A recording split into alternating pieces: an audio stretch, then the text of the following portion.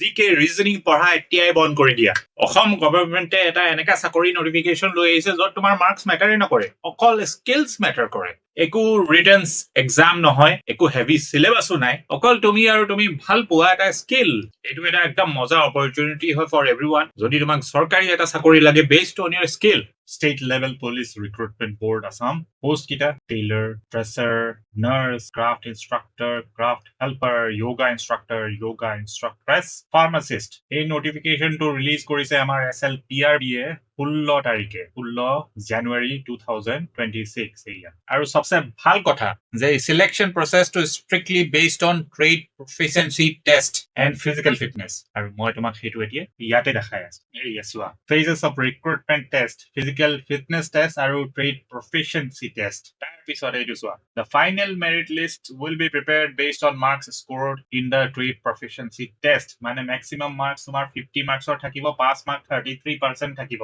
আৰু সেই টেষ্টৰ মাৰ্কছৰ ওপৰতে তোমাৰ সিলেকশন ডিপেন্ড কৰিব ওবা ৰিটেন এক্সাম দেখিছানে নাই একো ৰিটেন এক্সাম নাই আৰক্ষীক লাগে টেইলাৰ্স যোনে চিলাব জানে নাৰ্সেস লাগে যোনে জিএনএম জানে যোগা ইনষ্ট্ৰাক্টৰস লাগে যোনে একচুয়ালি যোগা কৰিব জানে এইখিনি স্কিলছ যদি তোমাৰ ওচৰত আছে তুমি একো হিষ্ট্ৰী বা জিওগ্ৰাফি বা জেনাৰেল ষ্টাডিজৰ টপাৰ হ'ব নালাগে এই চাকৰিটো পাবলৈ এতিয়া অকমান চাই লোৱা স্যালাৰি ডিটেইলছ কি তোমাৰ পে স্কেল হ'ব 14000 ৰ পৰা 70000 ৰ ভিতৰত তাৰে লগত টেইলাৰ বোৰৰ কাৰণে 5000 এটা গ্ৰেড পে থাকিব ড্ৰেছাৰ বোৰৰ কাৰণে 5000 থাকিব নাৰ্স কাৰণে 6800 থাকিব ক্ৰাফট ইনষ্ট্ৰাক্টৰৰ কাৰণে 6200 থাকিব ক্ৰাফট হেল্পাৰৰ কাৰণে 5000 থাকিব যোগা ইনষ্ট্ৰাক্টৰৰ কাৰণে 6200 থাকিব আৰু যোগা ইনষ্ট্ৰাক্ট্ৰেছ কাৰণে 6200 থাকিব আৰু ফাৰ্মাচিষ্ট ৰিজাৰ্ভ হয় খালি মেল এপ্লিকেন্টছৰ কাৰণে ইয়াৰ গ্ৰেড পে থাকিব 7400 দেন নাম্বাৰ অফ পোষ্ট এস আনৰিজাৰ্ভড আছে 3 ওবিসি অনওবিসি আছে 3 টি ট্ৰাইবছ এণ্ড আদিবাসী কমিউনিটিৰ কাৰণে এটা আছে এসটি হিলছৰ কাৰণে এটা আছে মানে টোটাল 8টা ভেকেন্সি আছে